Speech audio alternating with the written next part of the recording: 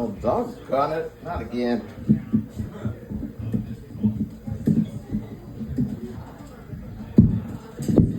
There you go. Yeah, yeah, that would actually make my mom a little happy that I struggle with that. She's a little on the homophobic side. She, you see, like, it was like when I went to the doctor one time, like when I was young, it was revealed, like, when the doctor looked at my throat with that stick, I had a bad gag reflex, and my mother was like, "Oh, thank God. Oh, thank God." Whew, that was close. And, oh, by the way, you said, that last comedian said, YOLO. I'm sure Jesus is like, that's your problem. So, yeah, I have this lovely woman over here recording me. She was funny. What was your name again? April Hollywood. Oh, yeah, I'm not going to remember that. You see, one of my big problems is that I have ADHD. And, yeah, I just wanted you to know that. I'll come back to that. But, yeah, like, I'm just going to mention a little thing about politics. I mean, it's all crazy, left, right. You know, I've been on social media and people have compared Donald Trump to Lex Luthor, like from Superman, the supervillain. And I'm like, that's terrible. That's terrible.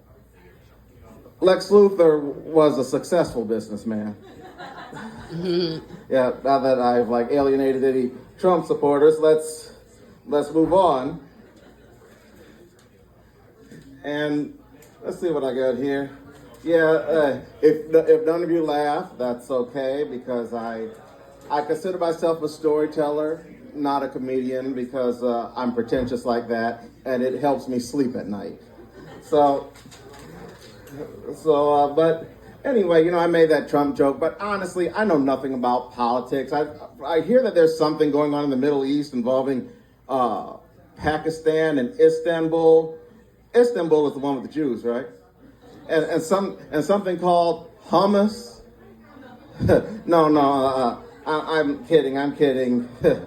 I know enough about politics. I mean, I know hummus is a dish. I think they serve it in Istanbul or something. That's what you get for like a community college education.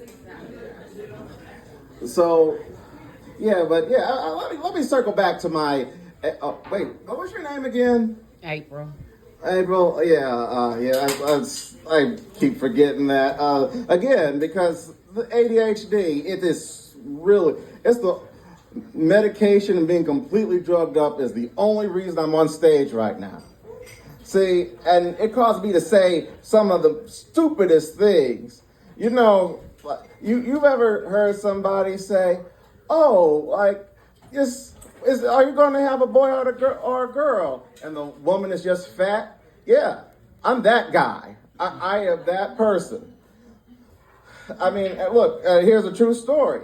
I was at a Vegas hotel one time, and there was this guy dressed really weird, in my opinion. He was all dapper. He was all dressed up and like way too fancy for just working at a hotel. And he was like complete with a top hat, everything. He just looked ridiculous. And I was saying, "No, Brandon, don't say it. Don't say it. Don't say it. I have to say it because no matter what, I'm going to say something stupid." So I walked up to that man and said, "Loved you in Alice in Wonderland." And I felt that I just ran off.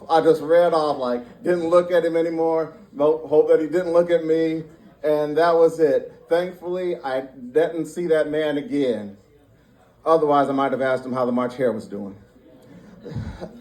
But another thing ADHD has really given me a problem with is my sex life. but or lack thereof. You see, I am what you would call a incel in that I am involuntarily celibate, and you are looking at here, the rare specimen that is a 40-year-old virgin. Not for religious reasons. That's just how things have turned out for me. I mean, my closest sex partners are Jackie and Pamela.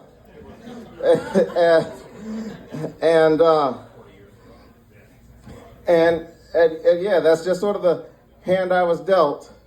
Paul, that was when you asked me before, is it a religious reason? Well, I'm here to clarify. No, it was not a religious reason. That's what involuntary celibacy means. So yeah, and like that, it's like the comedians. I'm almost done here. Well, I'm a little nervous, so like. Anytime someone's talking about celibacy, you take your time.